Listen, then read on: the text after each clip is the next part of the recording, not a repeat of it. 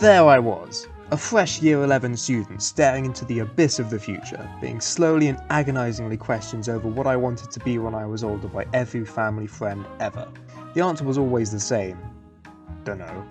I definitely knew which subjects I didn't want to do, namely science, but I didn't know what I did want to do. History? Geography? French? Maybe even politics? Over the course of the year, I gradually began to decide on my A-levels, which I am largely happy with. However, this process would have been a lot more stress-free had I known more about what I was getting myself into. So here I am, hoping to provide you with some info about what I picked and why I picked it. And today I'll be talking about economics.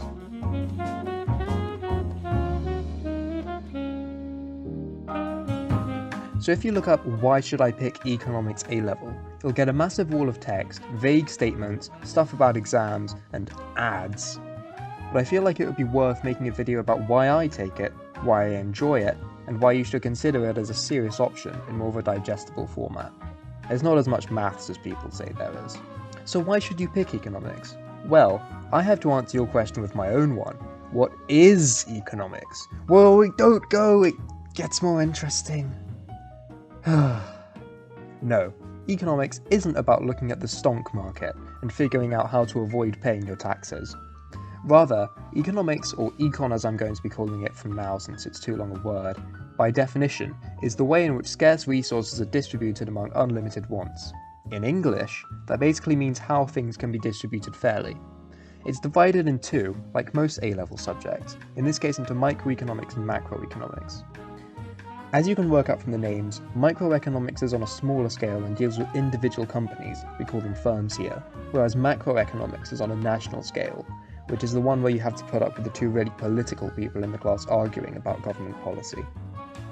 I think both sides are great, not just because it's a half-decent subject on its own, but also because it relates to my other subjects so much, being history and geography.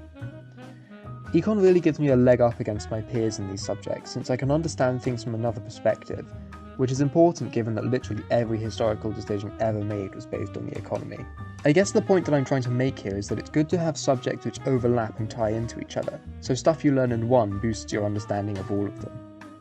I've used econ as the critical point in my history essays, I've used historical examples I've studied in my geography essays, and so on and so forth. Yes, I do 3 essay subjects, what do you want from me? Econ is great in this sense, given how much it ties into other subjects, and how other subjects tie into it. If you're planning on doing humanities at university, econ is really good side knowledge to have, which will give you a different perspective to your peers.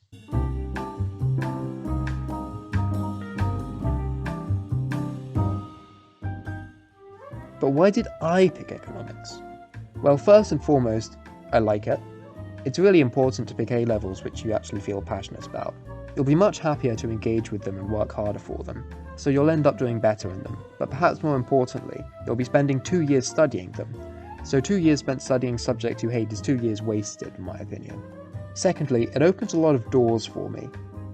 If you want to do econ at university, you'll have to have done maths, which I hated and so didn't pick, but despite not being able to do the subject on its own, econ A-level looks great on a CV, and allows you to get into jobs in finance and banking and all sorts of places which makes you go, ooh, when you hear about someone else working there.